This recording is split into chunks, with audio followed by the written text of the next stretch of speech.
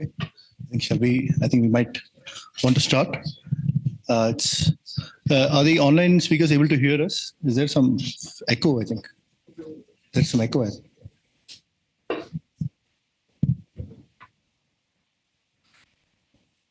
Can the online speakers hear us?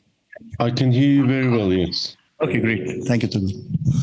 So, okay, I think in the interest of time, we should probably start. So, welcome everyone to the pre-conference events of the 11th Indian Conference on Logic and its Applications 2025. So, yeah, it's a great pleasure that to have all of you here, and we are all thankful that you all came. You know, I mean, there were various kinds of difficulties that we had faced with respect to, for example, for foreign participants with respect to visas, and for Indians, and you know, if there are faculty members or students, they are coming with despite their classes happening. So I'm thankful. We are all thankful that you've all come here. And we are also thankful very much to the local organizers. Sujata is here, and Shaurav, who's probably outside, and all the volunteers for having made all the arrangements for the events as well as for the main conference. So now we have 2 days of events, which includes 2 workshops and 1 tutorial. The 2 workshops will be there today, and the tutorial will be there tomorrow. The first workshop is on recent developments in arithmetic theories and its applications. Okay, we'll come to that in a little bit. And the second workshop today will be on the Mimamsa system of logical interpretation of imperatives, and the tutorial tomorrow is on first order modal logic. So we are very thankful to all the organizers of these workshops for having put together the very nice technical program that they have. Okay, and yeah, we're looking forward to a very interesting and exciting lineup of talks and events. So our first workshop, we begin, which is data, recent developments in arithmetic theories and applications. I'd like to call upon Khushraj, who is a co-organizer along with Georg Zetze for this workshop. And thank you very much for having gotten this very exciting lineup of speakers. So I'll leave it to you to tell us more about it. Thank you everyone for coming, and thanks. Thank you. I thank all the speakers. I'm really grateful for that they could give some time to, introduce their work to us, and take this effort. As we are already running a bit late, I'll just keep it short. The logical theories of theories of arithmetic, they are really rich. It's like very. It's basically, it really uses a very there are quite a lot of problems which are rich set of problems, and which uses very different techniques. And somehow the communication between these kind of problems and the techniques that use is not very intensive as we would like to be. So we decided to have these kind of workshops to increase the kind of information exchange, the exchange of techniques. Before that, this similar kind of workshop was put by Christoph Haase from Oxford as a satellite event for ICLA. So inspired by that, we realized that some similar kind of workshops are required to kind of push the effort of this domain, and so we introduce this. And without further ado, let me introduce our first speaker, Dr. Mikhail Starcher, who will be talking about Bookie Arithmetic, finite automata. He's from St. Petersburg University, Russia, and he'll be talking about Bookie Arithmetic, finite automata, and quantified elimination. Please.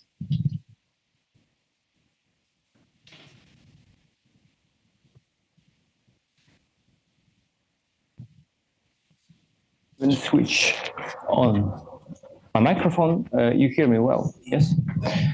So I was also asked not to just start with finite automata and quantified elimination for Bookie arithmetic, but to say a couple of words on Presburger arithmetic, because the other speakers, they will also consider this theory and its extensions and algorithms for decision problems, and their maybe geometric procedures that work for Presburger arithmetic. So I have to And I was asked, and it's a pleasure for me to introduce Presburger Arithmetic. It will be a very short introduction. Only 3 slides are devoted to Presburger. And how can I switch these slides using this one? Oh, okay. If it works, okay. I think it should work.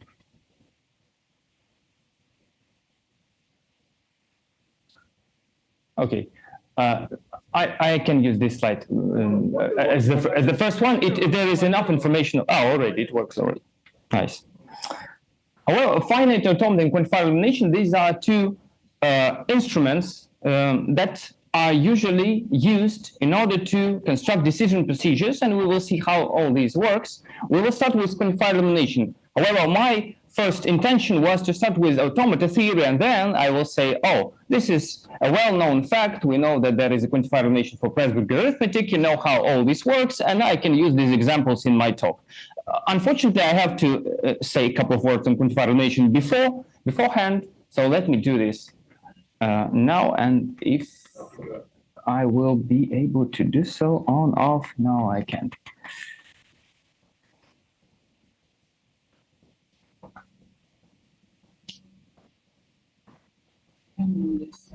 That's the problem.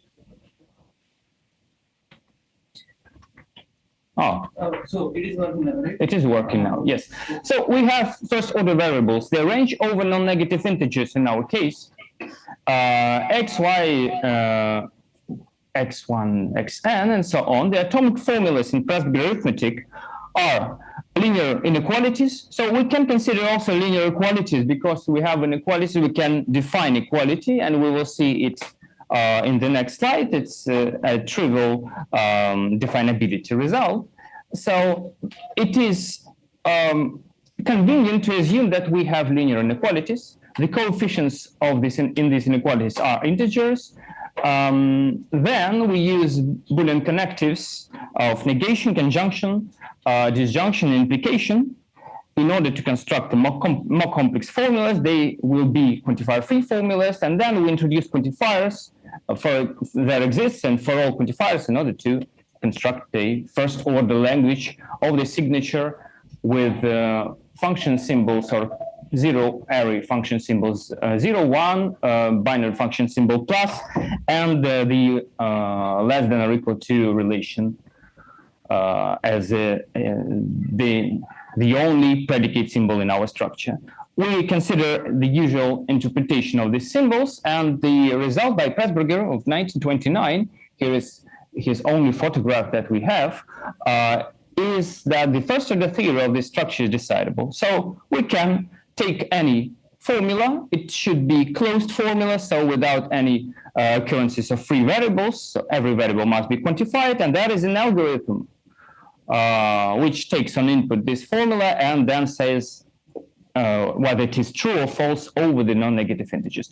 Here is the title of his paper. It is in German. I think I've read it's the translation of this paper. It was 10 years ago, and maybe in this paper, it will be correct to say that he proved that the theory of the integers with equality is decidable. However, it is not difficult to prove that this result is a corollary to the result of Presburger. And in order to prove this theorem, he used the quantifier elimination approach, and its main idea is as follows. We have on input a quantifier-free formula. Let us assume that we use the same symbols as we used in the previous slide of 0, 1, plus and less than or equal to relation symbol. And in our formula, there is a variable x, an isolated variable, and other variables in the vector y, y1, yn. And we're going to construct, so our intention is to construct a formula, psi, so that it will be equivalent over the non-negative integers with the existential formula with the only existential quantifier that exists x, so that phi x, y.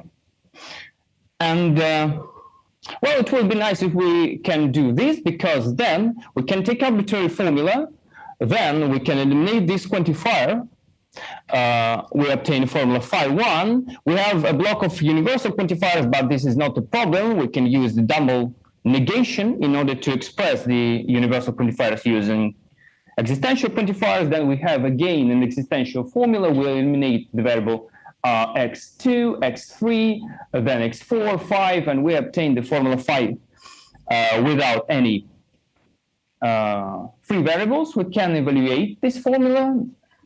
For example, we have something like this. Here we see that there is 2 less than or equal than 2 and a negation symbol, so it is false. And then we say that our initial formula is also false because here we have an equivalence. However, there is one problem that everybody knows who ever encountered Presburger arithmetic. You know that, for example, the set of even numbers is definable in this structure. We just say that there exists y, so that x is the sum of two y's, or in short, 2 multiplied y. And we can eliminate this quantifier as we assumed that it can be done here. We have to do something with this formula. And the solution is, well, maybe it was horrible for Presburger at first, but fortunately, it was sufficient just to introduce the unary functions, unary predicate symbols for divisibility by constants, 2, 3, 4, etc. We can introduce divisibility by 1, but we can define divisibility by 1. It is a rather trivial formula. We can introduce these divisibilities, include them into our language here, and in our structure with this interpretation, so that d divides n means that, well, as usual, that n is a product of d and some integer. And luckily, it is sufficient for this arithmetic theory to construct so that we, after extending our structure with these predicates, it will be sufficient to construct the quantifier elimination procedure. And now, for example, we can eliminate this quantifier here. We can write 3 divides x. And in other cases, we can do the same thing. And if we will combine this new knowledge together, we will obtain this theorem where we have 3 items. The first one is just our structure and what is definable in our structure. The second one is just maybe a corollary to our extension. So the main result is the third item, where we know that every set which is definable in the structure with non-negative integers as the domain, with 0, 1, plus, and order, they are, in fact, quantifier-free definable in the extended structure. But we also know that we introduce these symbols, and we only need existential quantifiers in order to, we can replace them in our quantifier-free formula. So this also means that every formula can be constructed. We can, for every formula, let's say in a different way, for every formula, we can construct an equivalent existential formula in Presburger arithmetic. So this is a very nice example of what we understand of when we say that we would like to completely understand or completely describe the expressive power of some arithmetic theory. We would like to know which predicates are actually definable, and this is a very nice theorem because we can now apply it to say that something is not definable.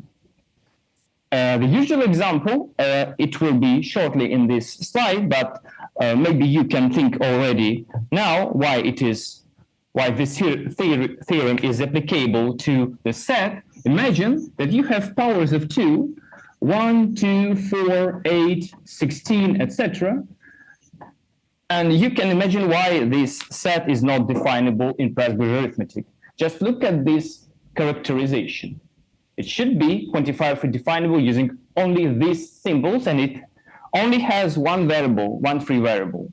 So you understand that we have divisibilities by constants. We have inequalities of the form ax less than or equal to b. and we can maybe divide by a, so that we will obtain inequality x is less than some other integer. And you see that this is a very sparse subset of non-negative integers. This is just an exercise for you just to think about what is definable or what is not. Just an exercise to try to apply this theorem. This is a trivial example. What is definable? Non-trivial example is this one. So sometimes you can use variables to the left of the divisibility sign. You may ask, why can't we, maybe we can, just replace all these divisibilities by the binary divisibility relation. When x divides y, why can't we do this? And the reason is the following. First of all, we can define x divides 6. This is just a succinct representation of this disjunction, which just enumerates the divisors of this fixed integer 6. So either x equals to 1, 2, 3, or 6. But if we have not a fixed integer, fixed or negative integer, but some variable, then it is absolutely different, I can say, science, because there is no quantifier elimination. There are no automatic decision procedures.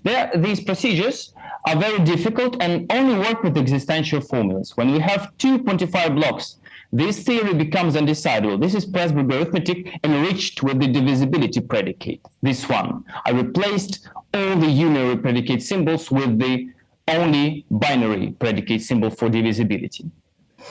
And it was already proved undecidable by Julia Robinson in 1949. You maybe know the name of Julia Robinson from one very famous theorem. You know which one? This is a Davis-Putnam-Robinson-Matiszewicz theorem. And Julia Robinson made the most maybe significant contribution to the solution of the Hilbert-Stans problem. Yuri Matiszewicz, he is from St. Petersburg, formerly Leningrad. He proved just the last step of this theorem. He proved the following, that, let me just give one remark, that the relation x equals y to the power of z is existentially definable. You already know what this means.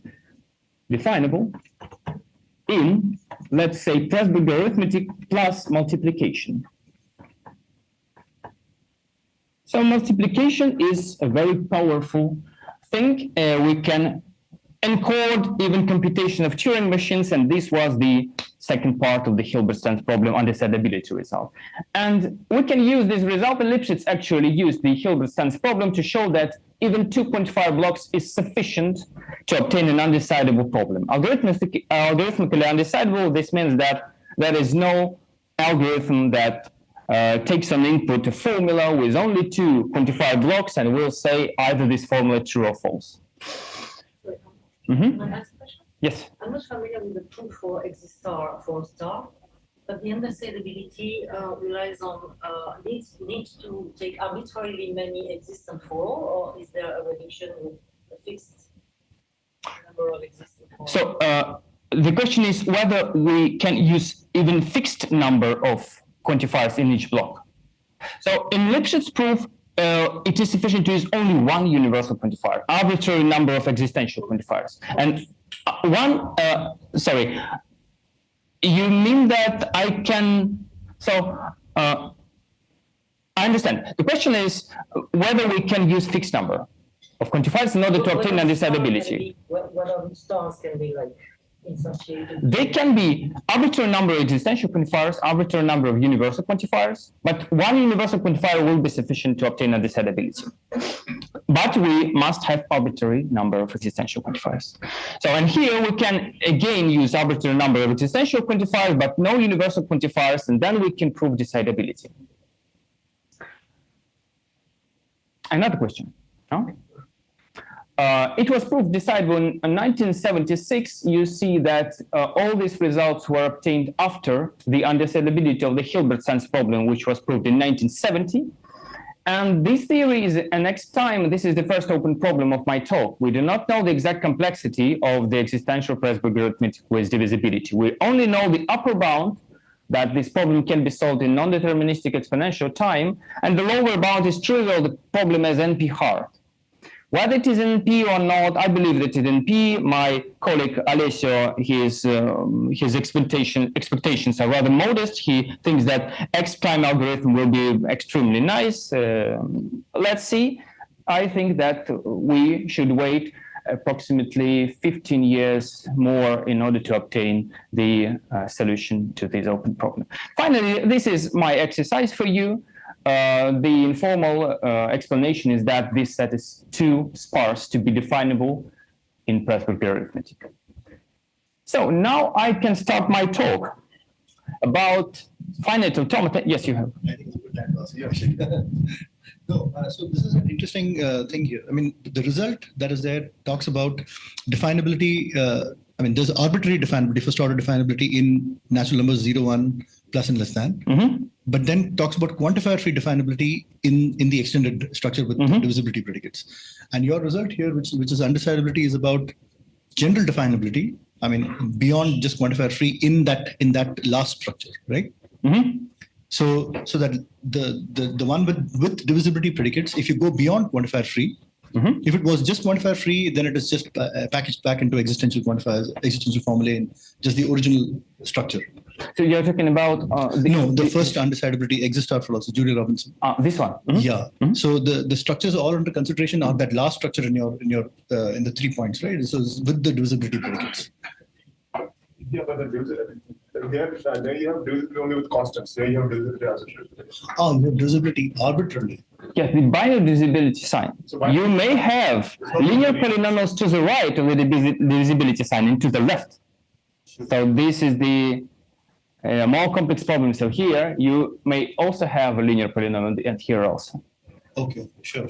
I see. This is much more difficult problem. And there is no, actually, it is very difficult to construct a quantifier elimination procedure, which just generalizes the Presburger's quantifier elimination procedure. We use periodic numbers and so on. This is a rather complex algorithm. It is difficult even to analyze its computational complexity. This is not an obvious paper. It is still difficult to understand how all this works and why all this works. This actually works, but it is rather difficult.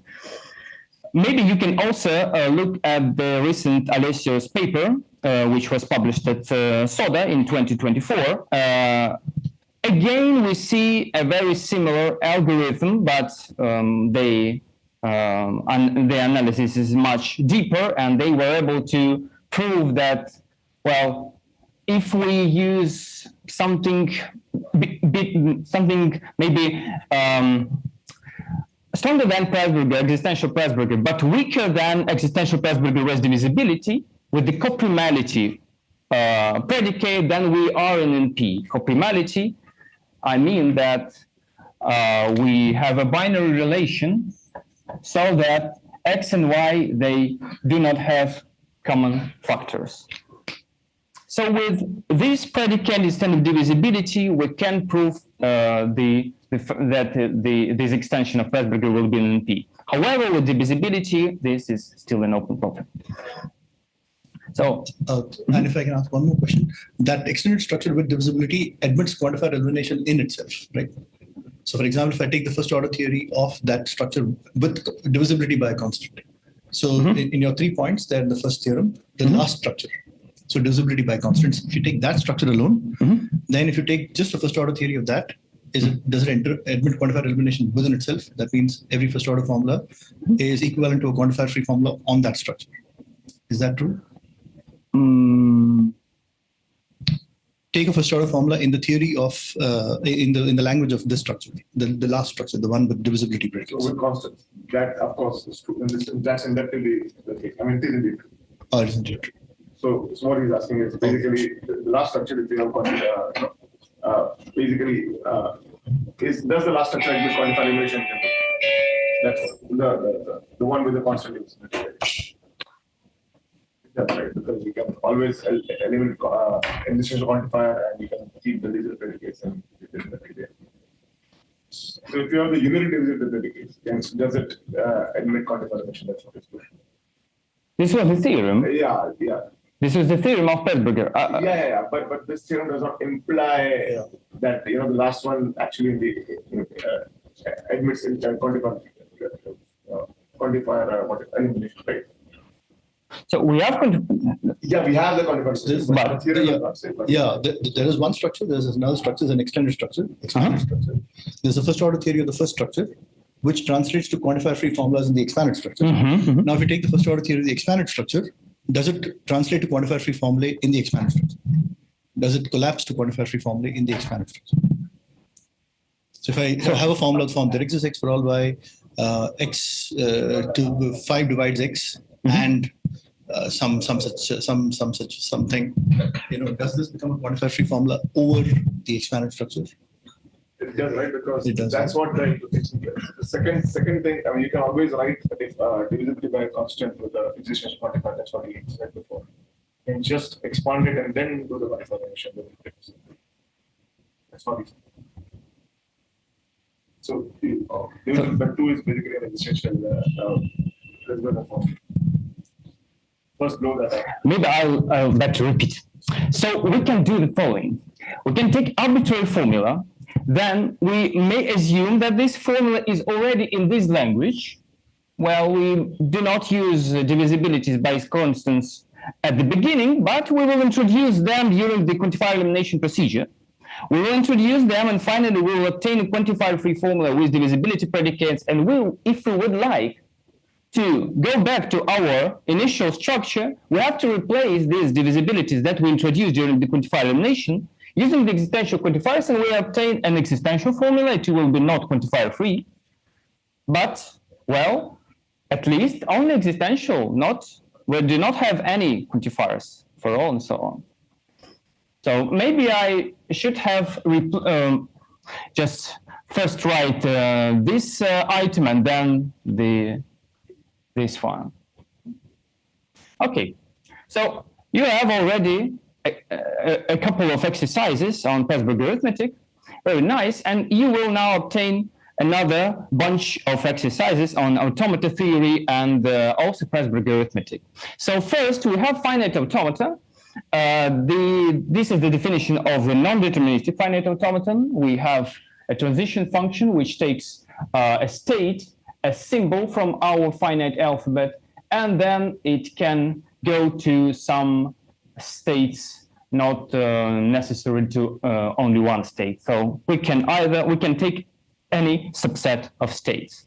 And there are also two sets of states. The first one is the set of initial states of our automaton, and F is the set of the final states of our automaton. And let's try first to do something with the set of powers of 2. We think of the non-negative integers as of their binary representations. We will look at this string and read it from left to right, from right to left, from the least significant bits towards the most significant ones. And the automaton is very simple. We just read zeros until we reach this unique one in the binary representation of 16. Then we can read arbitrary number of leading zeros in the state Q1, but Q1 is already an accepting state in double circle here. And we can recognize the set of powers of 2 using finite automata. So can't we do something very similar with the predicates of order and addition? With order, we can do the following. First, we must understand how should we work with the pair of non-negative integers. Here, we encode them using the alphabet with 4 symbols, 0, 0, 0, 1, 1, 0, and 1, 1, which is only visible here. There are 4 symbols. This is now our alphabet. And we represent our non-negative integers as follows. So each coordinate corresponds to a variable, the first one to x, the second one to y. And when we will look at our word and we'll cross out all the second coordinates, we obtain our variable x, it's binary representation, and conversely, if we will only consider the bits in the second line, we obtain a binary representation of y. Can we recognize this set?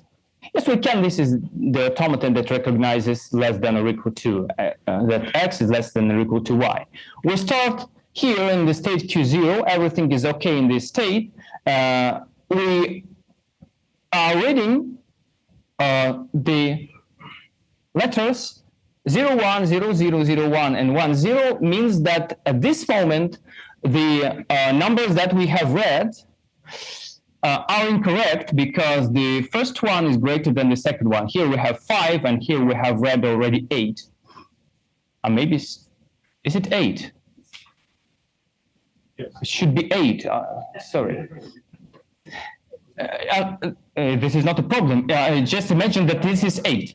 So at this moment, we have still the first number greater than the second one. Here is 5 and here is 8, and there will not be 16 here. Just imagine that there is another 0, 0 here. And if we have 0, 0, it just between these two labels, then we will be still in the state Q0. Then we are waiting for a moment when we can go back to the state Q0, when the second number will be greater than the first one, and we successfully find this label, and we go to the state Q0 and accept this pair of non-negative integers. Here, either you can insert 0, 0 here, or just replace 16 with 8. I'm afraid that there will be another example with 16 with only 3 bits in the next example. The next example will be already for the addition function symbol.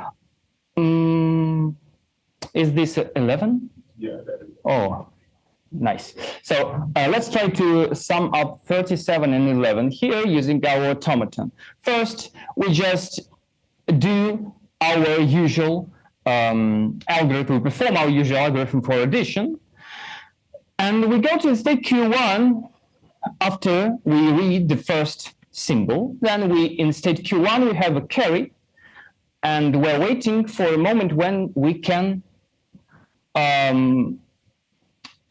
use this knowledge of having the carry to add this 1 to the variable z.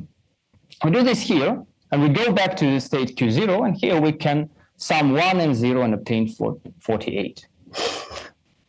And so we have an idea of how can we generalize these observations in order to prove the decidability of Presburger arithmetic without quantifier elimination. In some sense, this is a quantifier elimination procedure, but absolutely different from the previous one when we used purely algebraic techniques in order to prove decidability. Now we know that we have an automaton for constants.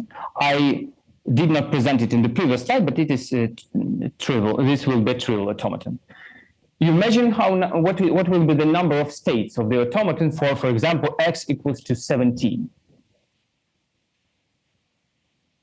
We will need log of c number of states. This one, for example, we read 1, then 3 zeros, and again 1. So this is the automaton for x equals to 17.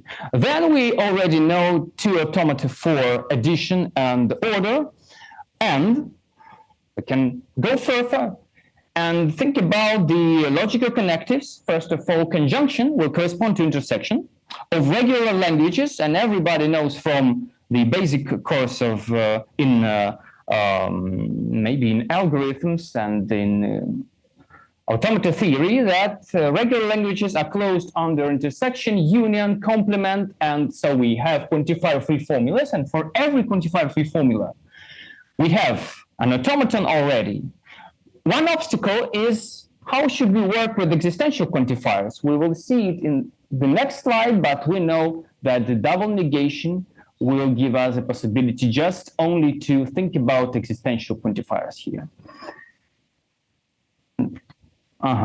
And two things that we should take care of when we try to implement this procedure.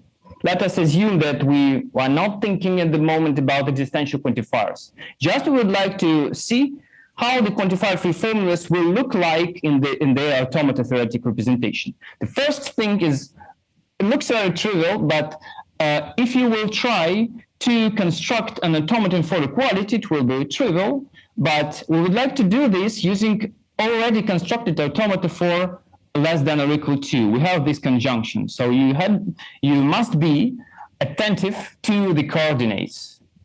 We have the same alphabet, but we must switch the, let me repeat to you, I have to repeat, I have to revert a lot of steps, this one. So you have to be careful with the labels here.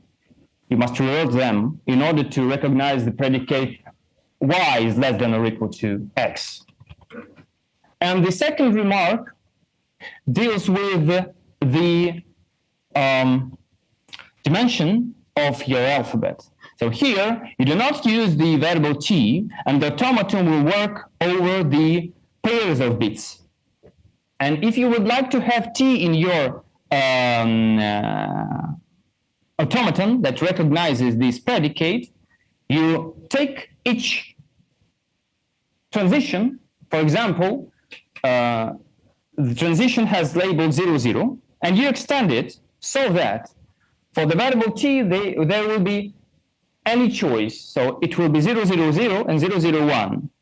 We have no restriction on the variable t in this predicate. So you can just imagine that we just omitted this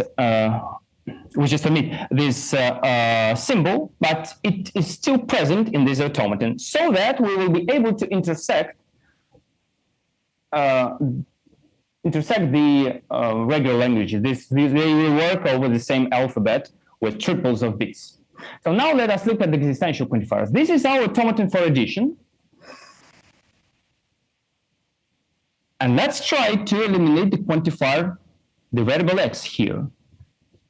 You understand what will be the predicate, what predicate is definable with this formula. Where is first one? Y is less than or equal to less than or equal to z, yes. And you know this automaton, we just cross out the first coordinates everywhere. And this will be our automaton for y is less than or equal to z. And now look at this formula. Which non-negative integers should satisfy this formula? Which ones?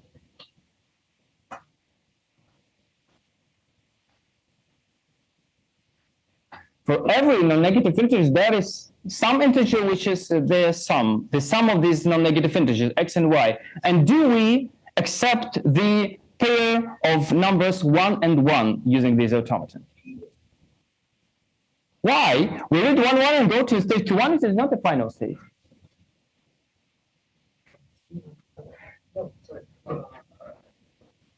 The problem is we have to read 0, 0 again. Two extra leading zeros, they still represent the pair of the negative integers 1 and 1, but we have to be careful about these leading zeros.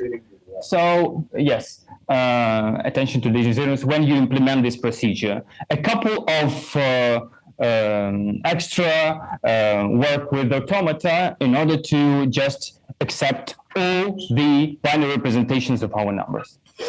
So we can Why don't you, it's a matter of representation of integers. In some sense, yes. In arithmetic structure, you have this quotient, this equality about the equity. That can be introduced, so that's, Yes, this is the problem of even maybe more of implementation, when you should be very careful about what do you accept. So when we say that we recognize some pair of non-negative integers and just say that any representation will be sufficient if we accept any of them, this will be nice. But if we would like, yes. Here's the only photograph, I guess, of Richard Bucke. that people use in their slides. I don't know whether there are any other photographs of Richard Bucke, and maybe if I'm not sure even that this is Richard Bucke. This it will be maybe better to have 2 or 3 photographs in order to be sure that this is exactly Richard Bucke. And this is his paper with second-order arithmetic. He actually tried to solve another problem which was posed by Alfred Tarski about second-order arithmetic, and he used this approach that, for us, gives us the following theorem, that the first-order theory of the structure, you have already seen the structure on negative integers 0, 1, plus, and less than or equal to 2 is decidable, but already with a different method, we construct an automaton for every quantifier-free formula, then we continue this process. We work with quantifiers, and finally we obtain the only quantifier, the formula, which can be represented via an NFA over the alphabet 0, 1, and we only have to look at this automaton and ask whether the language that is recognizable by this automaton is either non-empty or we use the universality problem for NFAs. These both problems are decidable, and therefore we obtain a decision procedure. Of course, for the reviewers, when they will say that, oh, very nice technique, but unfortunately you have proved the same result. We already know this result. Maybe you have any corollaries and so on. Otherwise, why the result is not new. We already know that powers of 2 are not defined in Presburger arithmetic. This was an exercise, and we know that it has automatic representation. So maybe the expressive power of finite automata is actually Presburger arithmetic with powers of 2. If we enrich the structure, as we did in the case of Presburger arithmetic with the divisibility relations, unary divisibility relations for some constant divides x, it will be sufficient to describe the expressive power of Bucke arithmetic. Maybe, but let's try first to formalize what we are asking for. What is the definition? What is the definition of the two-regularity, k-regularity for the non-negative integers? Because previously we used this notion somehow informally. So the definition is trivial. This is actually what we understand by the representation of non-negative integers. I use base 2. We can use different bases and the alphabet of digits from 0 to k minus 1. For example, decimal representation, we have 0, 1, 2, 3, and 9. And it is easy, for example, to construct automaton for less than or equal to, addition for any representation for every base of Bucke arithmetic. I have already introduced the notion of Bucke arithmetic, but there is no Bucke arithmetic at the moment. We will define it in the next slide.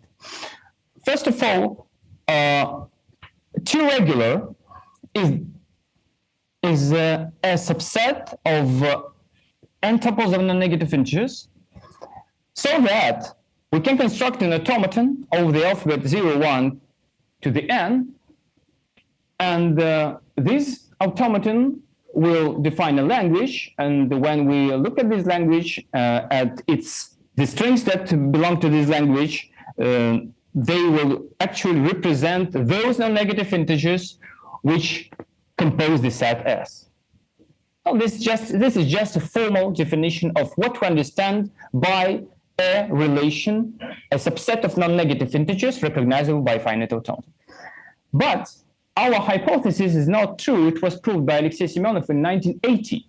He proved that just enriching Presburger arithmetic with powers of k is not sufficient. There will be k-regular sets which are not definable in this structure. We will consider maybe deeper this theorem 2 slides later in the different context. But now we only know that the structure is less powerful than the set of all two regular sets. And even more, by Alexis Bess in 1996, it was proved that powers of k these sets are in some sense the weakest k-regular sets which are not definable in Presburger arithmetic. He proved the following theorem. If we will take the structure where we have again 0, 1, plus and less than, then we take a set which is k-regular but not definable in this structure and incorporate it into this structure, and then we will be able to define in this structure. This means that we have a predicate, x belongs to S. And then we will be able to define the powers of k, the set of powers of k in this structure. So a tiny bit of k regularity outside of Presburger will be sufficient to define powers of k. And what was indeed necessary to do was to introduce the vk function, which is defined for x equals 0 as 0 and as the greatest power of k dividing x when x is non-zero. Here, for example, v2 of 12 will be 4, v3 of 12 will be 3, v5 of 12 will be 1, because, well, only 5 to the power of 0, which is equal to 1, divides 12. And one remark, if you will replace this function with the one which computes the power exactly of 2 here, so we will obtain not 4 but 2, yes? And here we will obtain 1, and for 5 we'll obtain 0, so exactly the power we will obtain an undecidable theory.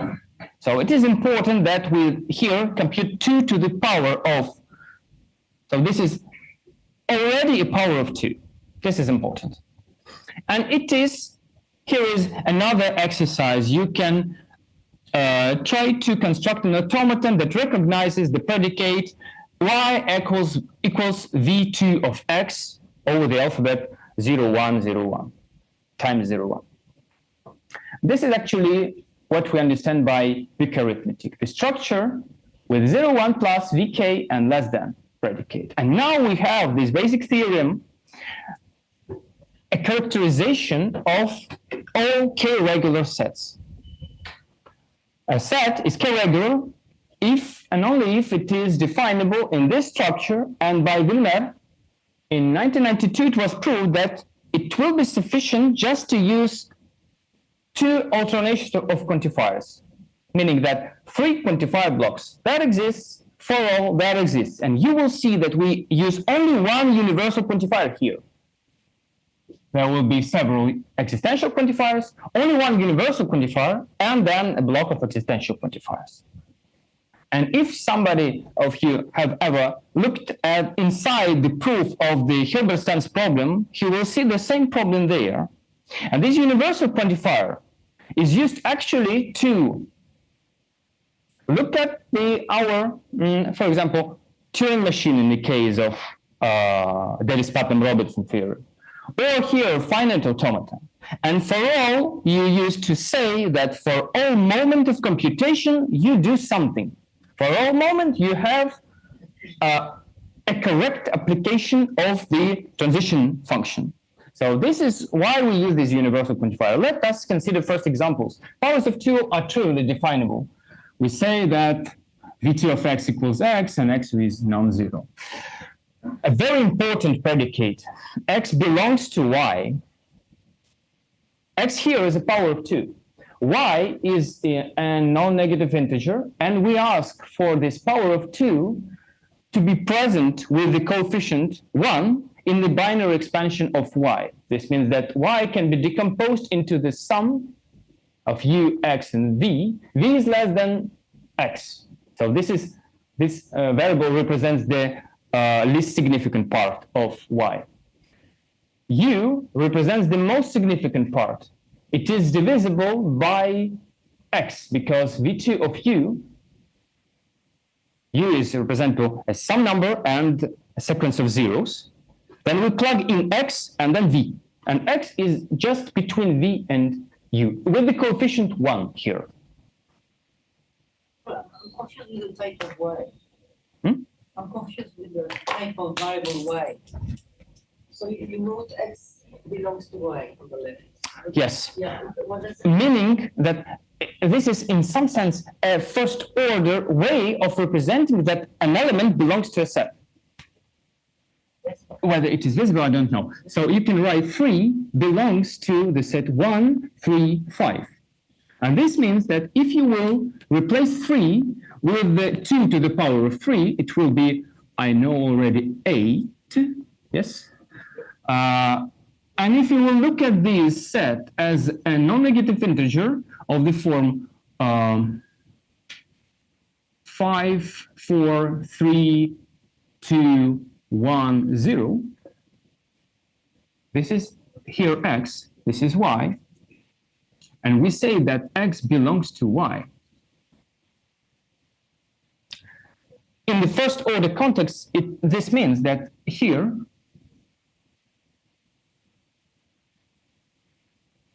the only one in x, because this is a power of 2, is present in the binary expansion of y. Mm-hmm. And here, these numbers just represent the positions of ones in y. So y represents a finite subset of non-negative integers. And this is why we use this predicate. Non-negative integers are now powers of 2, and sets are non-negative integers here. And this is just an arithmetic phrase saying that there is this one here, and it will be very useful, and this is a very useful relation, it will be very comfortable to imagine that we have maybe even a representation of a set in y, and a representation of a non-negative integer in x. But now, having this analogy in mind, I use bitwise and here, just defining it using this formula. In the second order context, you understand what will be this symbol, what will it correspond to, which symbol? In the set theoretic meaning. What will be the set theoretic meaning of the bitwise AND?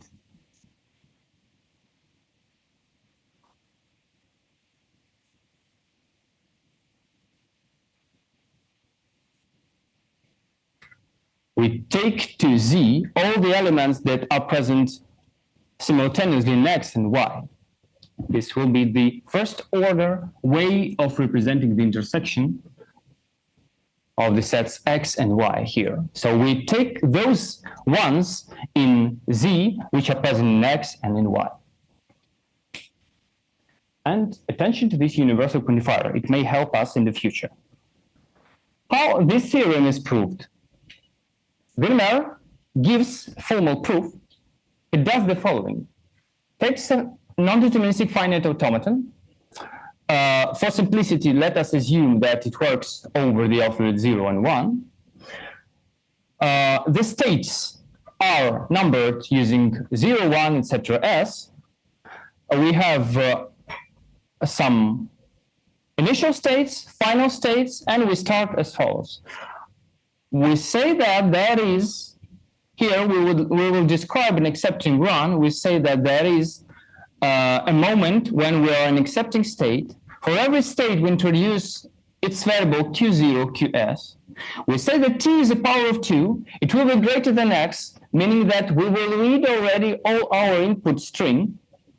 When we reach here, we reach one of the final states of our automaton.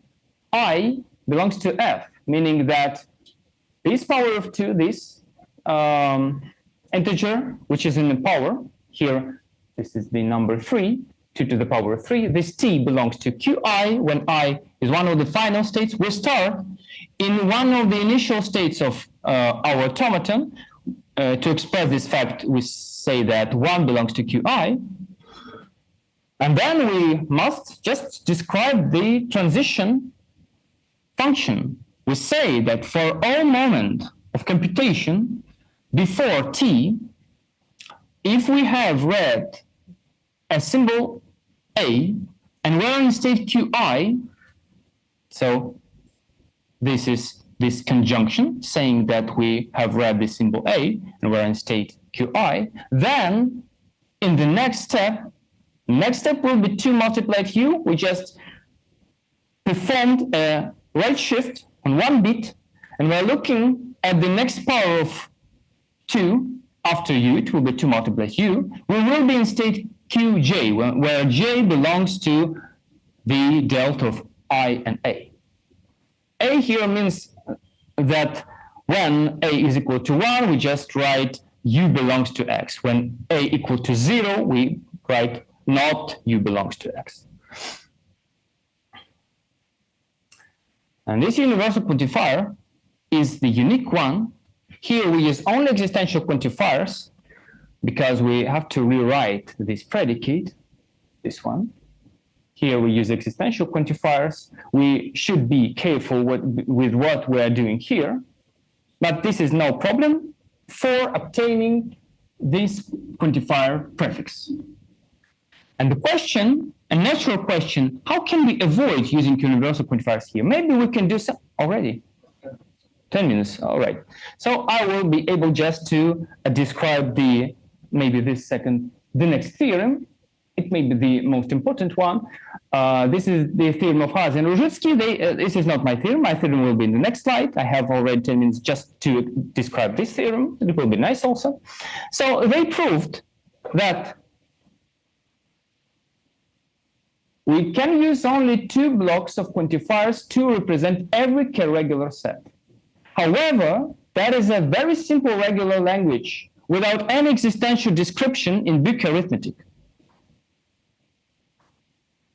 This is the automaton for this regular language. But let's try. Let's try to express it using existential formulas, but we will try to do this without the predicate V2, but we will use the bitwise AND operation.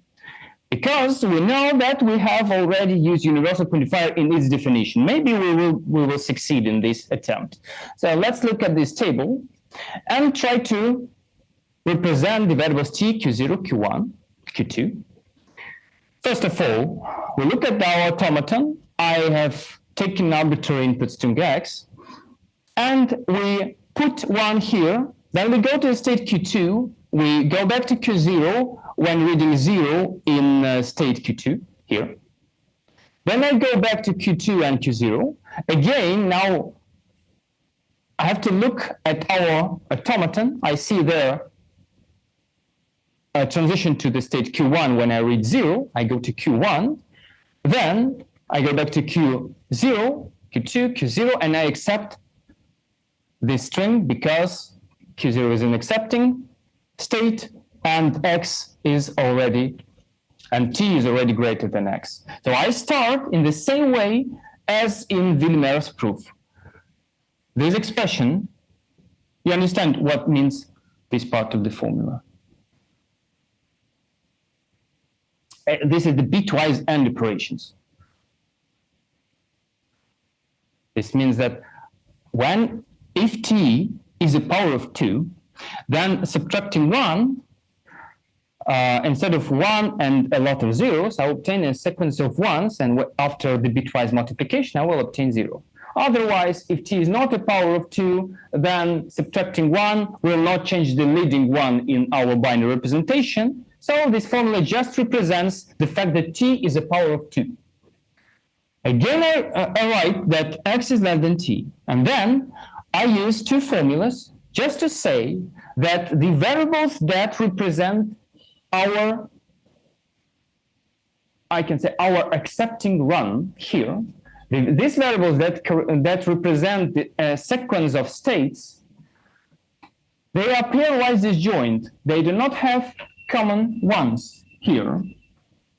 And when we sum them all, we'll obtain a sequence of ones of length equal to t. So 1, 1, 1, 1. There are no zeros between these ones. So this is actually the bitwise OR operation because they are pairwise disjoint. So we have a sequence of states. We must now write down the fact that this is not an arbitrary sequence of states, but this is a sequence of transitions, and this sequence is an accepting run. First, we write the fact that our initial state was Q0 here. At the first moment, we have in Q0, we must have 1. When we accept, we must have this one in the unique one in T. T corresponds to the accepting state. So we accept in the state Q0. We have to now represent our transition function without universal quantification. To do this, let us consider the bitwise multiplication of Q0 and X. Which bits with 1 will be in this integer? What this product, bitwise product, represents? How can you say? When I multiply Q0 and X, I obtain these, and these ones here. You see that this means that those ones, when we're in state Q0 and we read in X 1. So in the next moment, when we multiply all these ones by 2, we do a right shift or left shift here, and these ones should be in state Q2, and they are present here. This is because in our automaton, each time we have 1 reading in the state Q0, we go to state Q2. To work with zeros, we consider a bitwise negation here.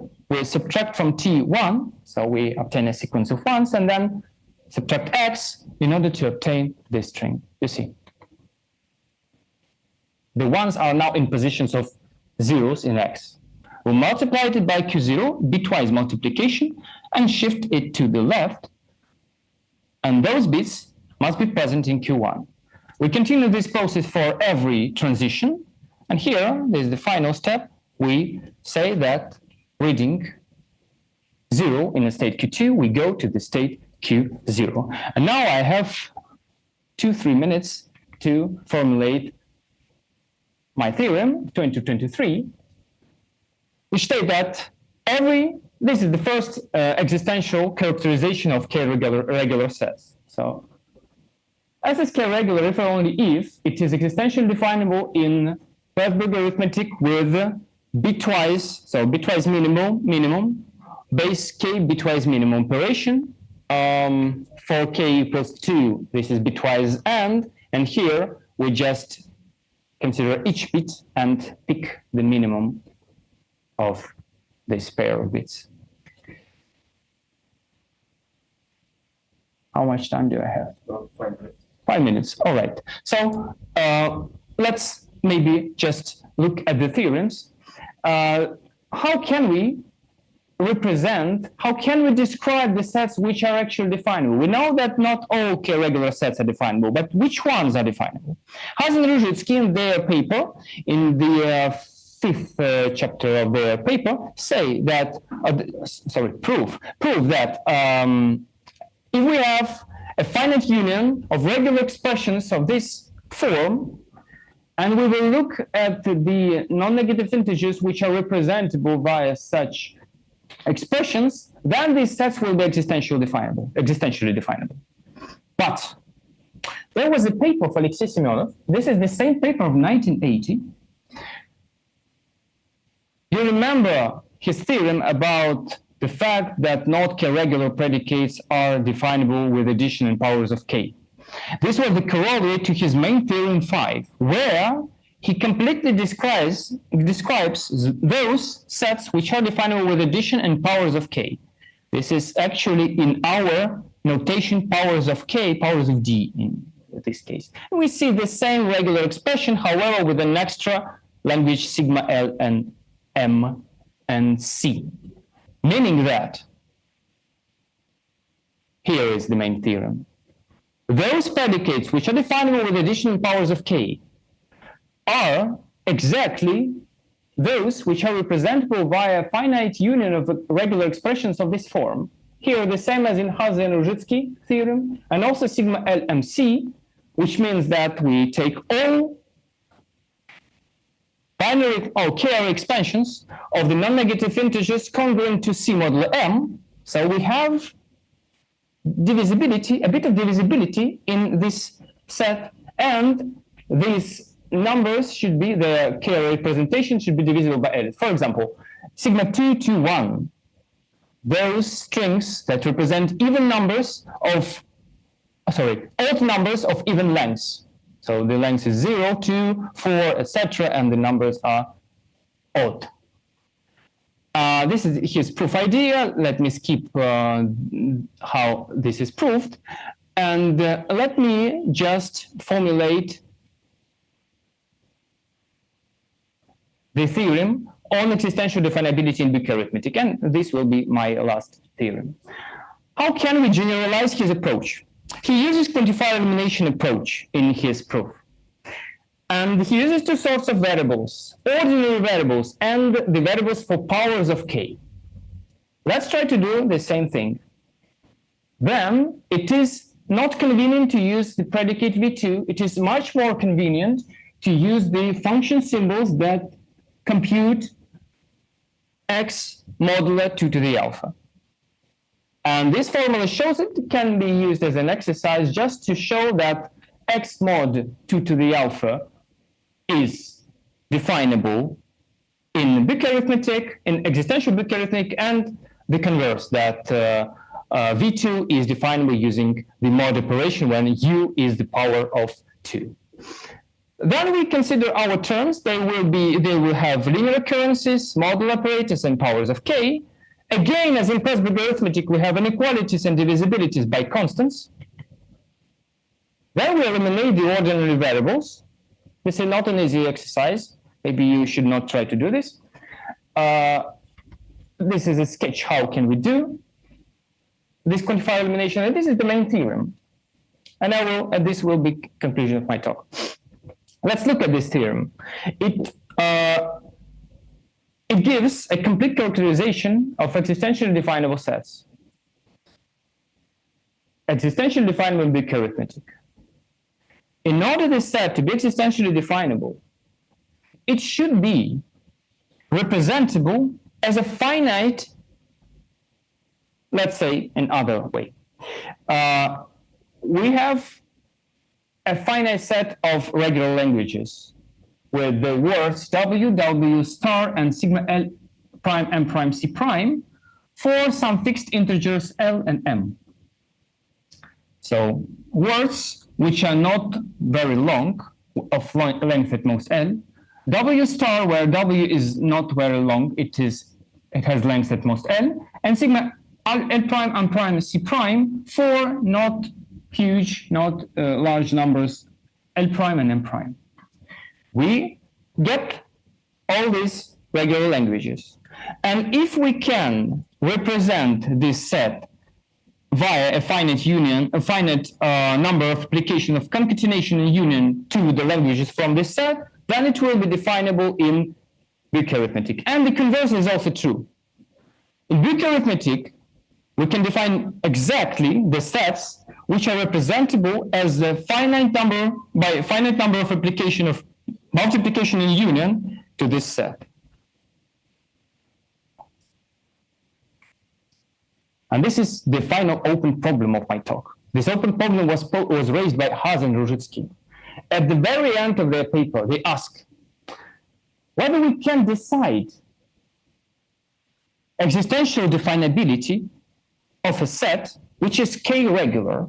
We have a k-regular set, and we would like to know whether we can define it in existential Greek arithmetic. We know this is a proper subset of all k-regular sets, but can we decide this? And here is, look at this paper by Kasaburo Hashiguchi, I think, and at his abstract. Maybe this will inspire you to think about how can we decide, how can we prove decidability of this problem. And on purpose, I used his notation in the formulation of my theorem. So informally speaking, in order to prove that this problem is decidable, we just have to do the following. Having a representation of a k-regular sets via a finite automaton. Can we compute those integers L and M so that we get all the regular languages that compose the set C and M and just apply his theorem on representations of regular languages? In his paper, he proves that this problem is decidable, whether a regular set can be obtained via a finite union of applications of concatenation and union to any given finite number of regular languages. So this will be maybe my last remark on open problem. Mm-hmm.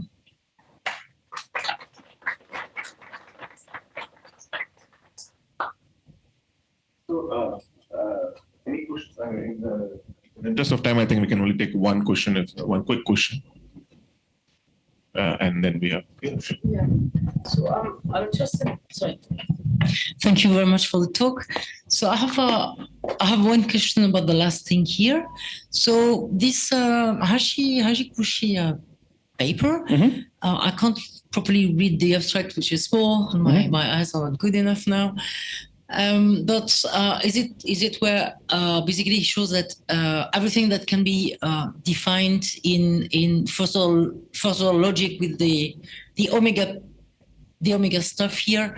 No, not omega. No, the theory, the underlying theory here does not mention equality predicate, and there is another result that says that if you maybe I'm wrong, but if you have a signature where you have basically a couple of things like that, no, not a couple of things like that, but if you take the signature where you interpret first order logic over sigma star, where you have equality, prefix, and concatenation, stuff like that, then with the first order theory, you catch any regular language. So is this paper related to this theorem or not? Because I think I've read a couple of papers which actually consider this structure. They even give a quantifier elimination for in this structure and in Greek arithmetic in particular. We can interpret it as a quantifier elimination for Greek arithmetic. But, well, I think you are mostly describing the first order logic, not the existential formulas. No. The existential formulas are very particular. They have their particular behavior. Yeah.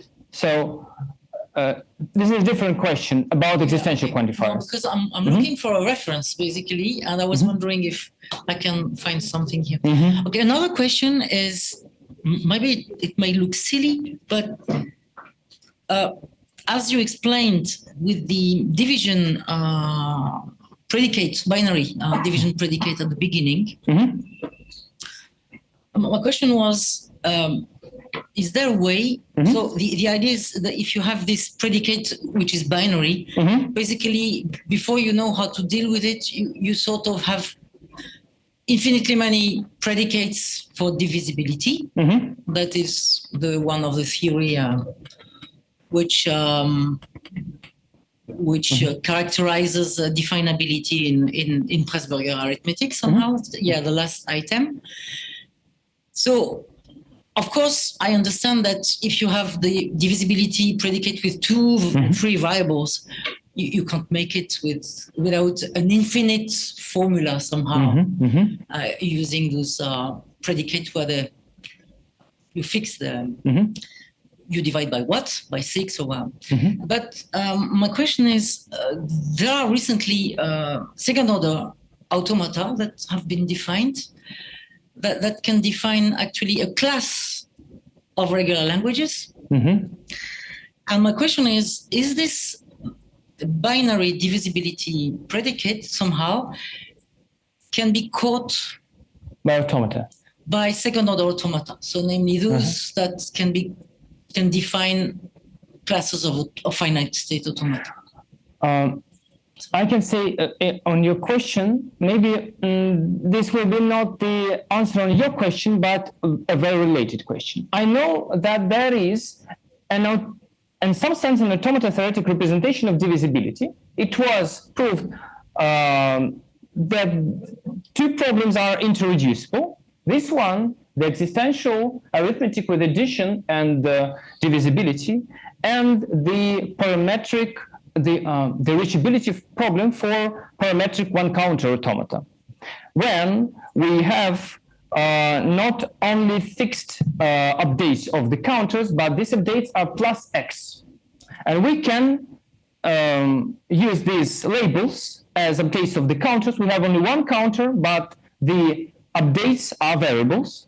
And these problems are interreducible. So we have automata theoretic representation, but, well, in fact, when we try to prove decidability of this problem, we use this one. So maybe even the converse, the divisibility is more useful than the automata theoretic representation.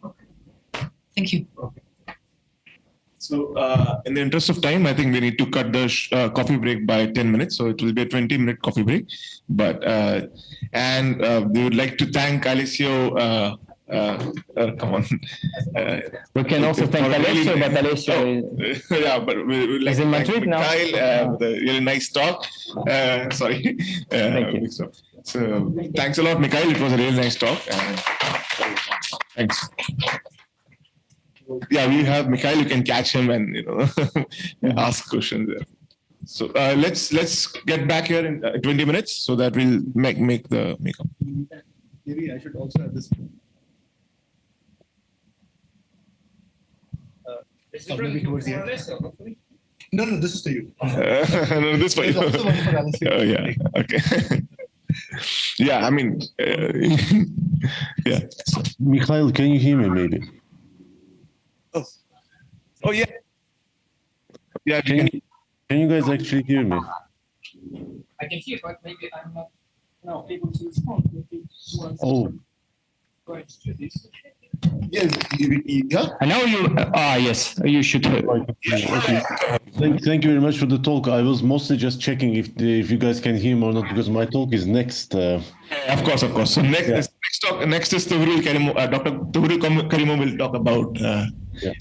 But I have a quick question, but maybe I'll email you these questions. That would probably so go have your coffee break maybe now. That's true. Logistical issues. So. Okay, thank you.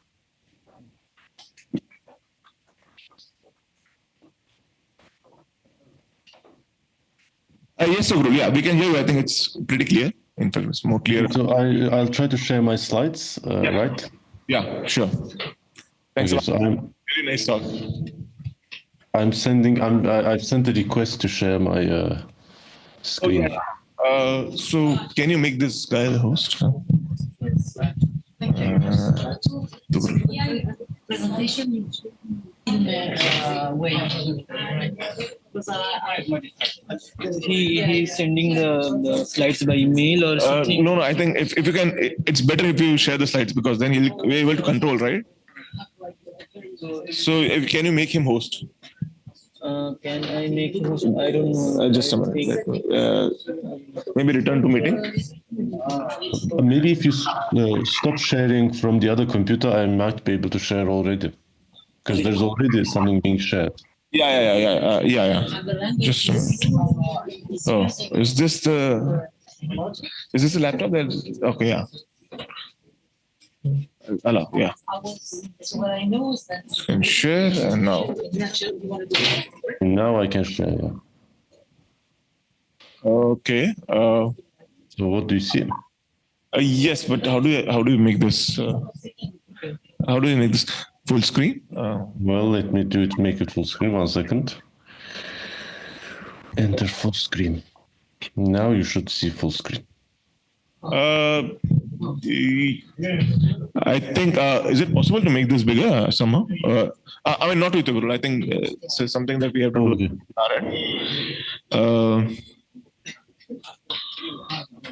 Okay. We can show the screen, and this is.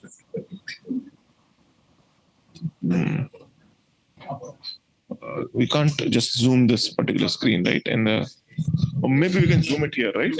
Maybe with the. Yeah, with the projector. This is the projector, yeah.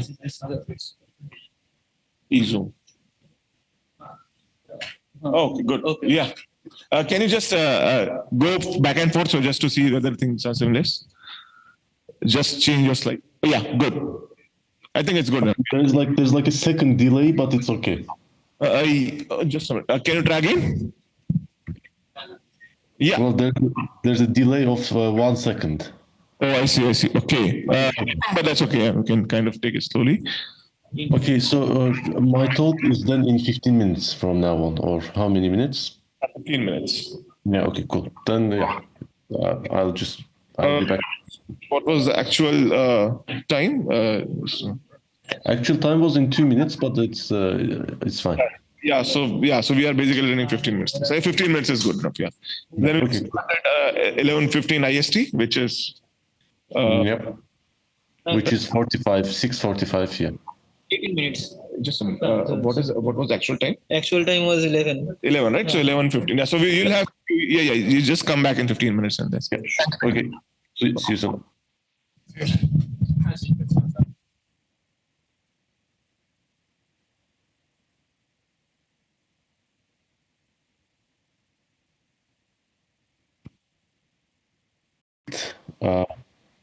Words of length n that occur in alpha.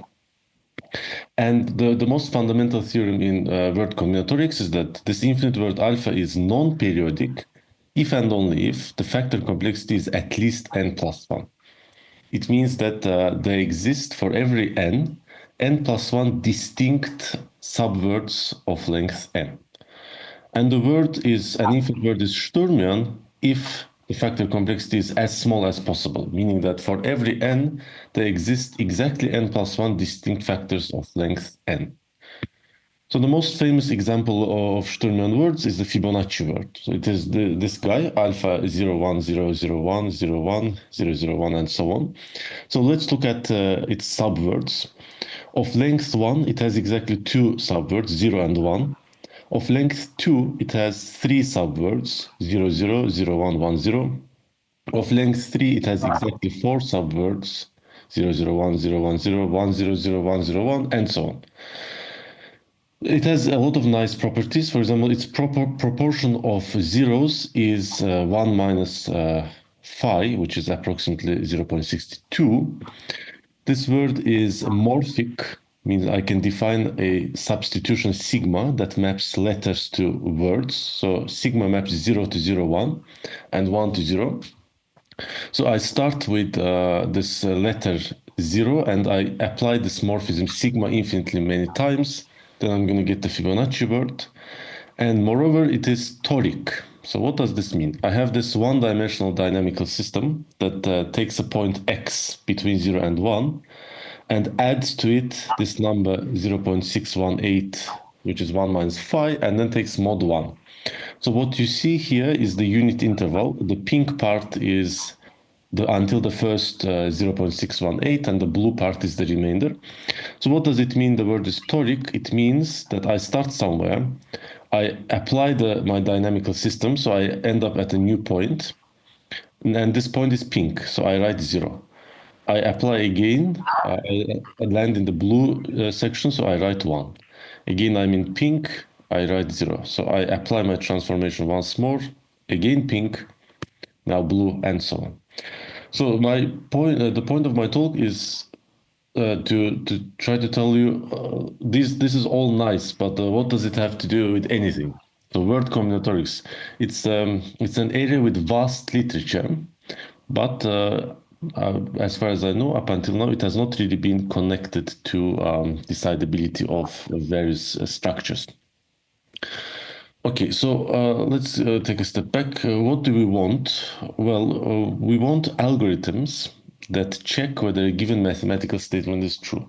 So I am more interested in decidability than definability. So for an example problem that we would like to solve is the Brocard-Ramanujan problem, we have got this equation n factorial plus 1 is equal to m squared. The only known solutions are n equals 4, n equals 5, and n equals 7. And we want to know, does there exist another solution? So by Gödel's result, the first theory of arithmetic is undecidable, meaning that if I am allowed to talk about addition and multiplication, then the first order theory is undecidable. So for this grand program, research program of wanting algorithms that tell us whether a given arithmetic statement is true or not, we cannot have one algorithm that does all of this, because already the theory of arithmetic is undecidable. So the idea is to consider various restricted mathematical structures and their theories. So what do I mean by a mathematical structure? A mathematical structure has a domain. In my talk, it will be the natural numbers. Some constants, let's take 0, 1. Some functions, addition and multiplication. So with these functions and with 0, 1, of course, I can get any constant that I want. And I have some predicates. So for example, less than is a binary predicate. It takes two things and returns true or false.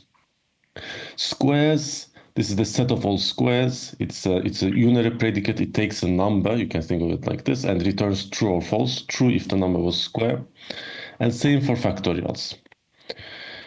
So the first order theory of this structure is the set of all sentences that are true in this structure, that are built from my constant symbols, function symbols, predicate symbols, the logical connectives, and quantification over elements of the domain. So small x stands for some natural numbers that belong to my domain. So let's look at an example first. So I take an example sentence, meaning that all variables are quantified. So it says for all x, there exists y1 to y3 to y1 to y3 y4, such that y1 to y4 are squares, and x is the sum of y1 to y4. So is this sentence true? Meaning that does this sentence belong to the theory of the structure M? Who thinks that this sentence is true? Raise your hands, please. It tells that every natural number can be written as a sum of 4 natural numbers that are squares. And who thinks that this is not true? Okay, so this is known as Lagrange 4 squares theorem. It is actually true.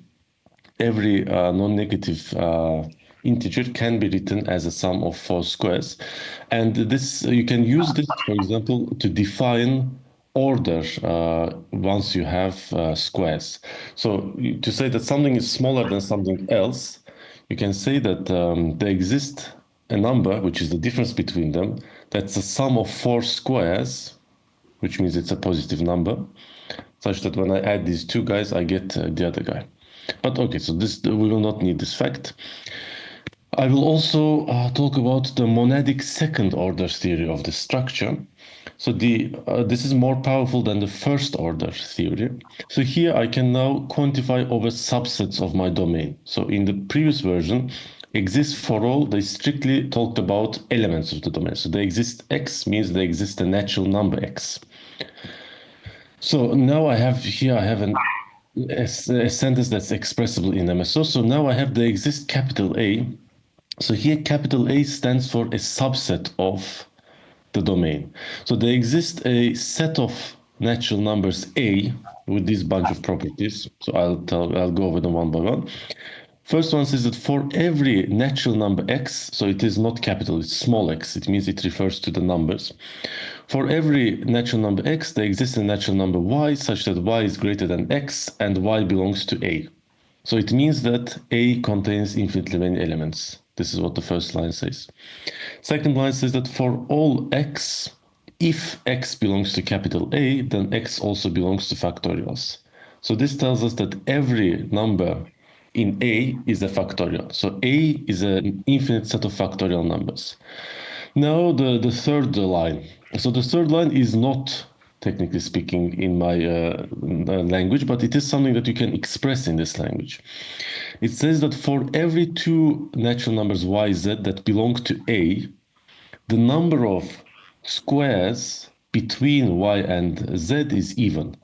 So I want an infinite set A of factorials such that between any two of them, there's an even number of squares. So, of course, this formula is true. You simply select your factorial numbers so that between them there's an even number between the two consecutive of them. And because no factorial is a square, between two factorials you have a square, it means that between any two other factorials you have an even number of squares again.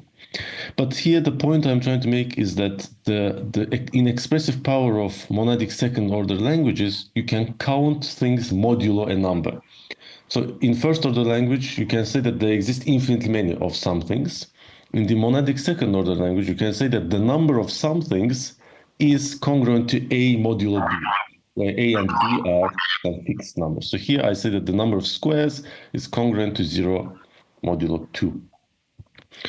So I will be interested in first order theories and monadic second order theories. And a theory is decidable. It means that there exists an algorithm that takes a sentence and tells us whether this is true or not, meaning that this is whether the sentence is in the theory or not. Okay, let's revisit the Brocard-Ramanujan problem. So one way to express it would be this formula. There exist x and y such that x is a factorial, y is a square, x is not one of the known solutions, so x is the n factorial here, and y is the m squared, and x plus 1 is y.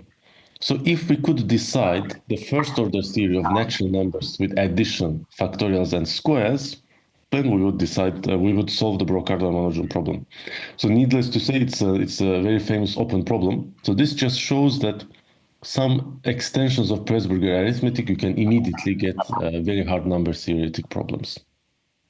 And note here that I only used existential quantifiers. So this Brocard-Ramanujan problem, it belongs to the existential fragment of the theory of the structure natural numbers with plus, factorials, and squares.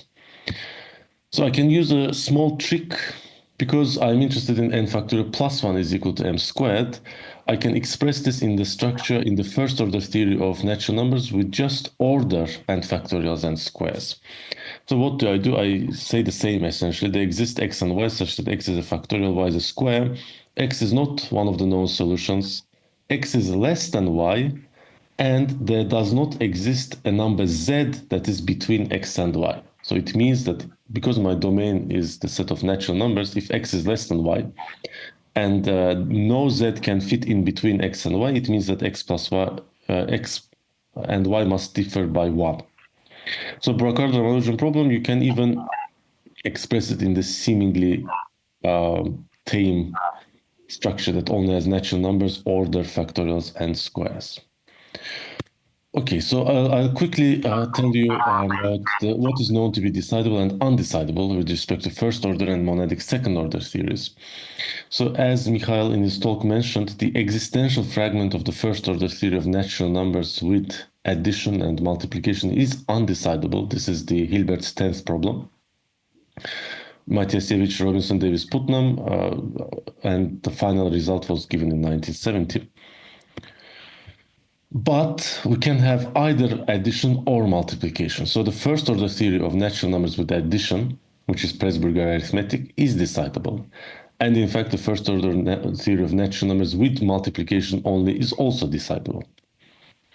And I'll give you an unrelated result to this workshop, but probably one of the most famous decidability results. It's the first order theory of real numbers with order, addition, and multiplication is decidable. So the difference is that when you're talking about real numbers, you have access to calculus, which you do not have when you're talking about integers.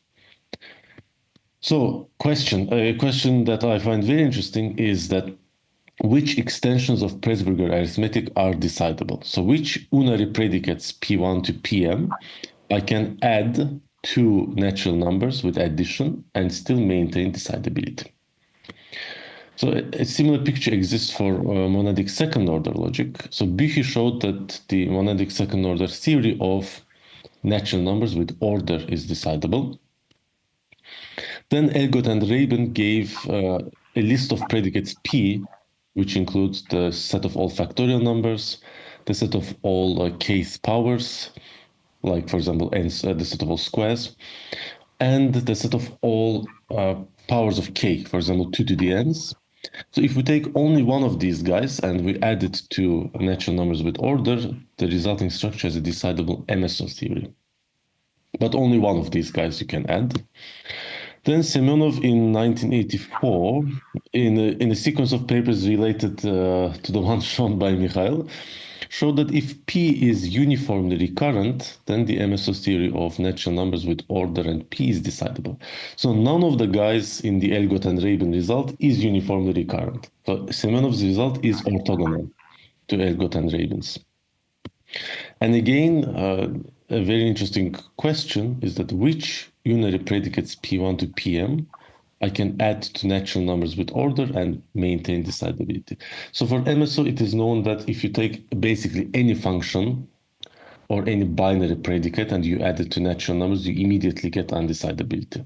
So you really have to think about unary predicates if you even want to have hope of decidability. Okay, so how do you prove MSO decidability? So let's take a structure. We've got natural numbers with order and a bunch of unary predicates. We can represent this structure as an infinite word. So this infinite word, its letters are sets of indices of all p's that hold at position n. So the first letter of this word is the set of all i's such that the 0 belongs to the corresponding predicate. So my letters are sets of predicates. You can think of it like this. And for a word alpha, the acceptance problem is the following. You give me an automaton A. We can take it to be non-deterministic Büchi automaton A. And I have to decide whether the automaton you gave me accepts alpha. So the word alpha is fixed. And this result is due to Büchi, that the MSO theory of our structure is decidable if and only if the acceptance problem for the word alpha that encodes the structure is decidable. So to decide the MSO theory, I take my predicates, I put them into one word that records at each position n which of the predicates holds.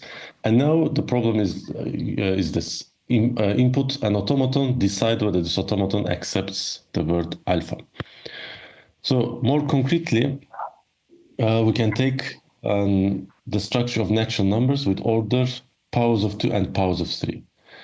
So all of these known results of Elgot and Rabin or Semyonov, they work for a single predicate. So up until recently, nothing was known in case where there's more than one predicate. So let's take this guy. So what's my characteristic word? Well, 0 is neither a power of 2 nor 3, so it starts with empty set. Then 1 is both a power of 2 and a power of 3. So at position 1, I have 2, 3. 2 is just a power of 2. 3 is just a power of 3. 4 is a power of 2. 5 is neither. 6 is neither. 7 is neither. 8 is a power of 2. 9 is a power of 3. 10 is neither, and so on. So I have this fixed word. And now the problem is, you give me an automaton A, and I want to decide whether this automaton A accepts the word alpha. Well, from this word alpha, I can construct a word called the order word. So this order word just records the order in which the powers of 2 and 3 occur. So I'm going to discard 1. So I'm going to start from 2. So I'm going to look at 2, 3, 4, 5, 6, 7, 8. So the first power of 2 is 2. Then 3, then 4, then 8, then 9, then 16, 27, 32, then, well, there might be a mistake here, but this order word just records, it discards 1, starts from 2, it just records the order in which the powers of 2 and 3 alternate.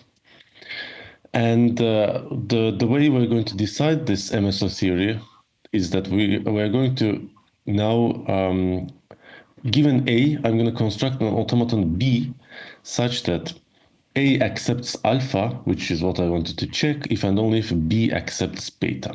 So I'll quickly tell you how this is done. This is from our recent Lilix paper. So the first step is to take our alpha, which is here, and use a version of pumping lemma to contract these large blocks of empty sets.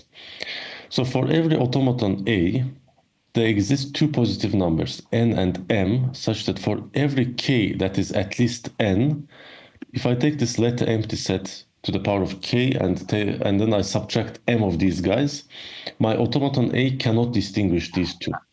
So my automaton has finite memory, and if I take a very large string repetition of the same pattern, and if I then delete some of these guys, then the two resulting patterns are indistinguishable from my automaton.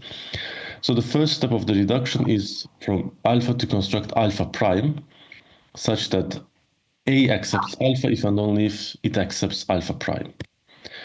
Step 2 is to show that alpha prime, which now has boundedly many empty set symbols, can be computed from my order word beta, which is this guy, using a transducer. So a transducer is just a finite state machine. And then these two steps together tell us that I can take the automaton acceptance problem for alpha, and then I can reduce it to the automaton acceptance problem of beta. Okay, and here's the beta again. So beta is obtained by just ordering powers of 2 and 3. So we need to decide now the acceptance problem for beta. You give me an automaton and I want to decide whether it accepts beta or not. Okay, so the punchline finally is that beta is actually a Sturmian word. So for every pattern of length n, for every n, there exist exactly n plus 1 distinct subwords of length n in the word beta. So if n is 1, there are two different words of length 1, which are 2 and 3. If n is 2, then there are 3. So I have 2, 3, 3, 2, and 2, 2, and so on. Okay, so now I have taken my MSO problem, which was deciding this MSO theory of natural numbers order 2 to the n and 3 to the n. Now I have a completely different problem.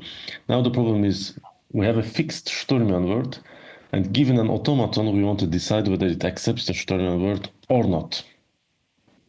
So recall that again, what does it mean to be Sturmian? For every n, I have n plus 1 distinct subwords.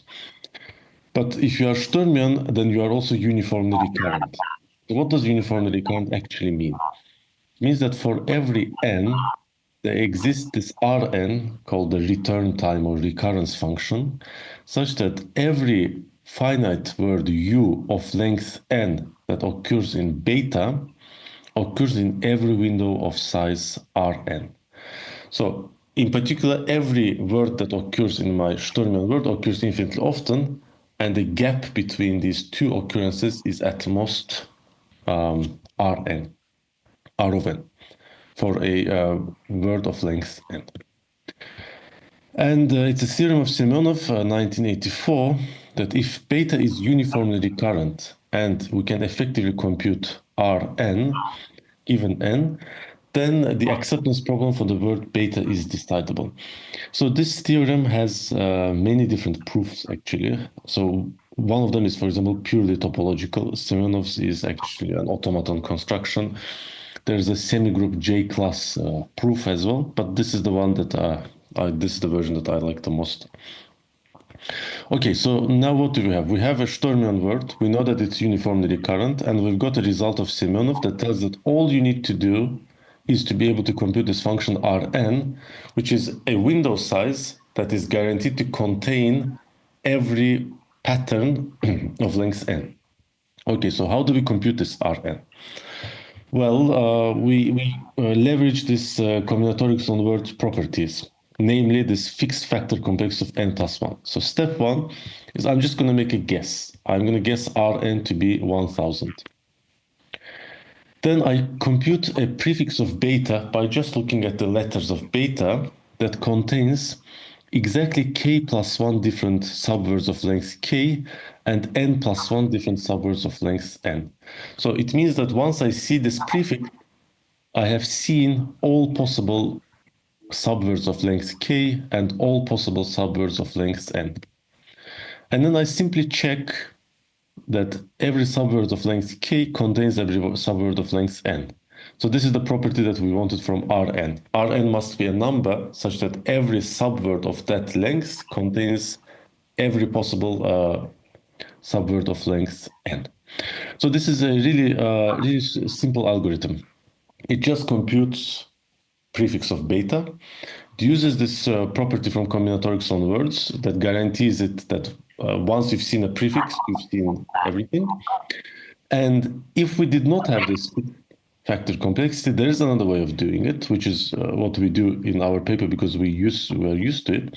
It is using number theory. So you have to make some kind of a Diophantine approximation argument about the distribution of powers of 2 and powers of 3. But there is, if you just want decidability without complexity, for example, then there's a really stupid algorithm that does this. And in the end result, we have that the MSO theory of 2 to the n, 3 to the n with order is decided. Okay, now let's take 3 predicates. I add powers of 2, powers of 3, and powers of 5 to my structure. Again, I can construct an order word. Now I take powers of 2, 3, 5, so 2, 3, 4, 5, 8, 9, 16, 25, 27, and so on.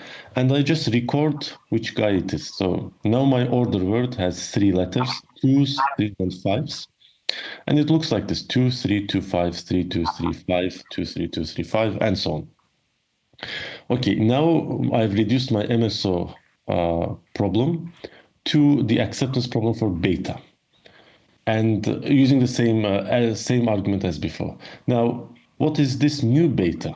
It's not Sturmian, because Sturmian words they have 2 letters, but this time beta is a billiard word. So what does a billiard word? It actually does not matter for our purposes what it means. Well, I'll tell you what it is anyway. So imagine you've got a cube, and you've got a trajectory that starts at one vertex of the cube, and imagine a billiard ball that moves. It hits a face, and then it bounces, hits another face, and then bounces.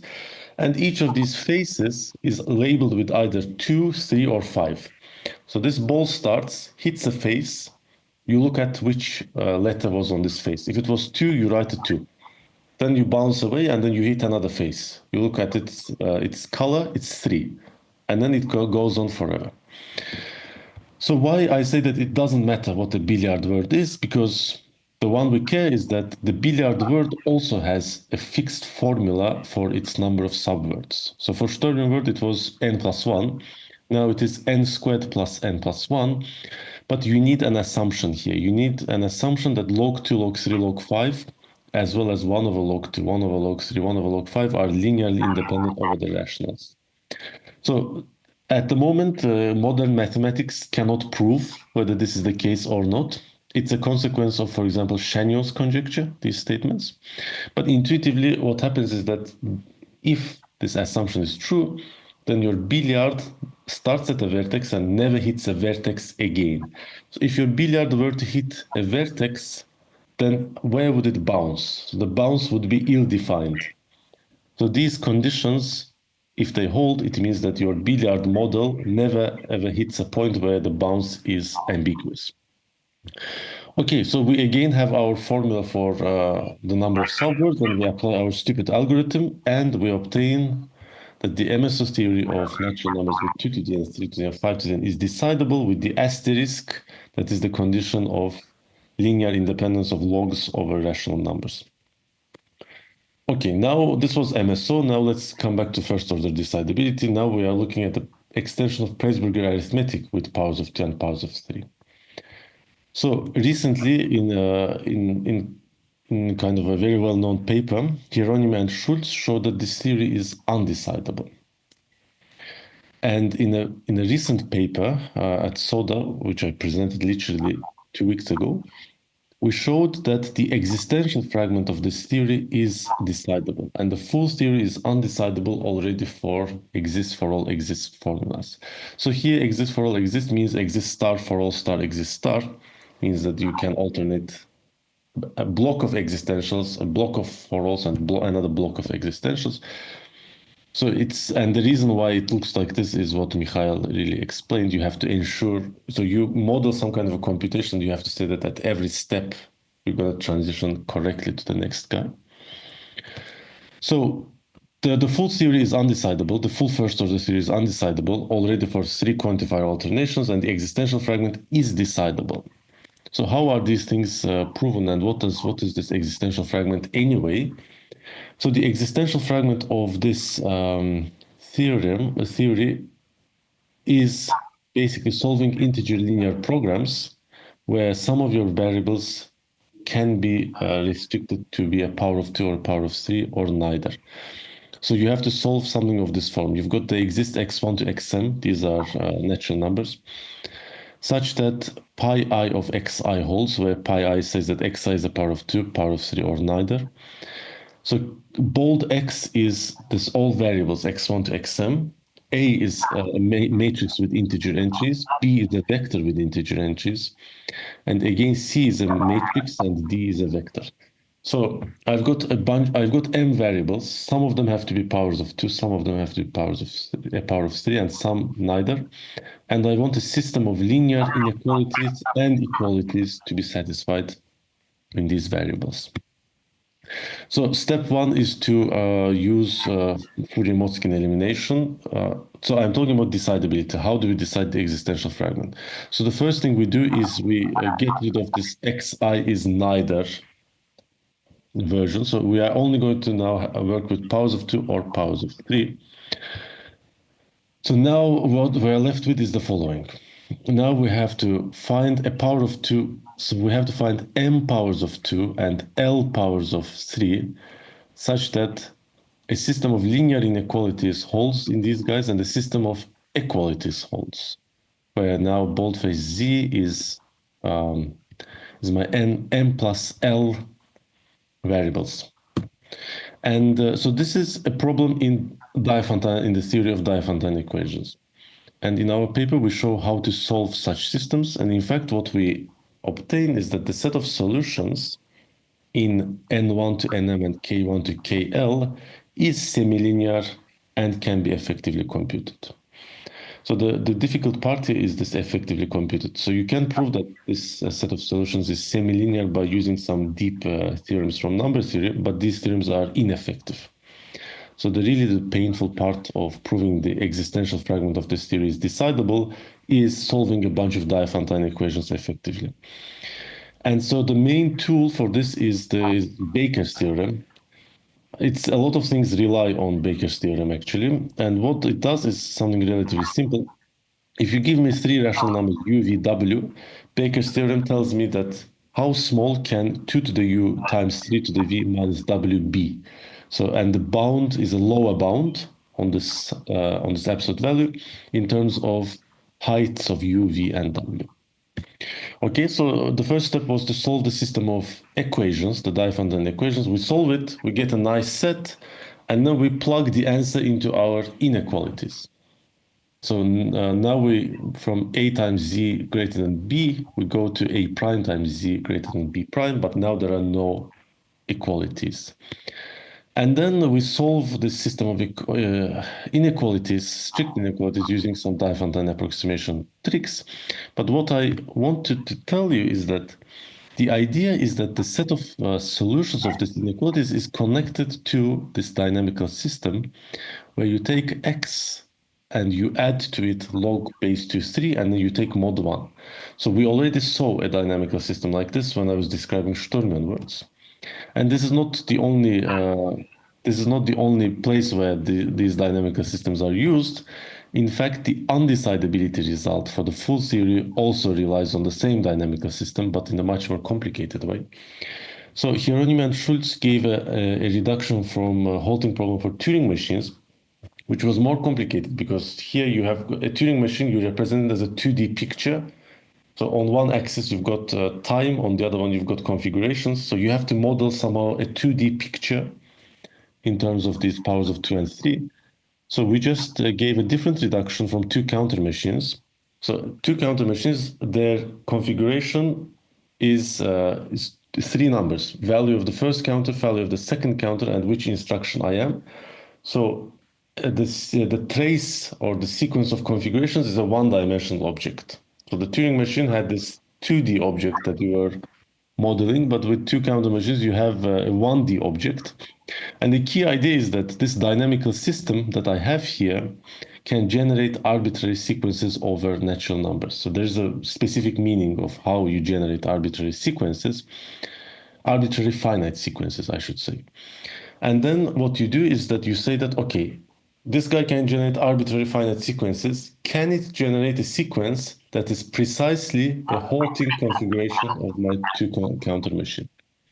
So the point is that both the decidability and undecidability result depend on the same dynamical system, but one depends on Diophantine approximation properties, and the other one kind of depends on its entropy, if you want, meaning that it's really rich. It can generate arbitrary finite sequences. Okay, so I can summarize already at this point. So our results that I described are that the MSO theory of natural numbers with powers of 2 powers of 3 is decidable. If I add 3 powers, then it is conditionally decidable, assuming this rational independence of logs over rationals. So, and this is the first instance, basically, where you can combine two predicates, two completely different predicates, and then get decidability.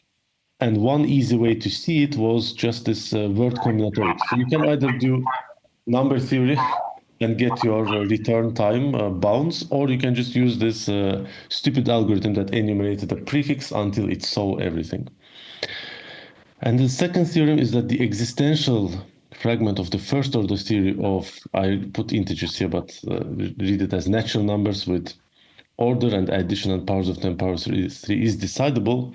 The exist for all exist theory of the fragment is undecidable. So both decidability and undecidability results, as well as the MSO results, to be honest, they depend on this one-dimensional dynamical system that works on 0 to 1, the unit interval.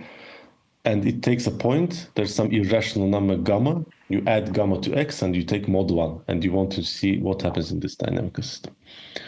Okay, so that's all I wanted to say. Thank you. Yeah, hello. Thank you, Tagurul, for a very nice talk. We have time for questions as we. Yeah, sure.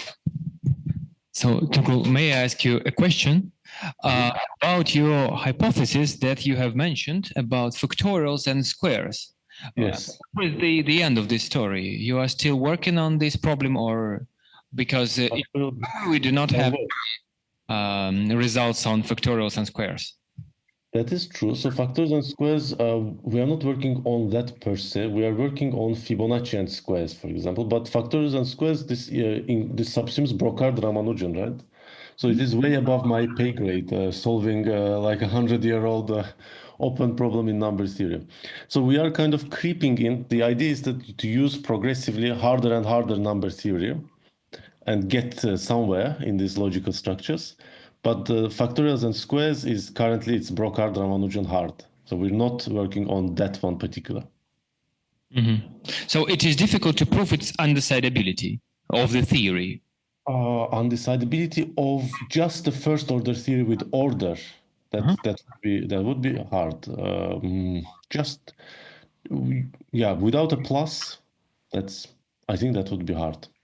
Mm-hmm. Because it's literally order, right? With order, I don't know any undecidability results that have just order and not even MSO, first order theory. But with addition, it will be undecidable. With factorials, with addition, as the first structure was without order, but with addition, factorials and squares. And this structure has undecidable first order theory. This structure, because if you take Presburger, you expand it with any polynomial, that should be undecidable, right? You just define multiplication by Büchi's result. But we have sets, not the functions.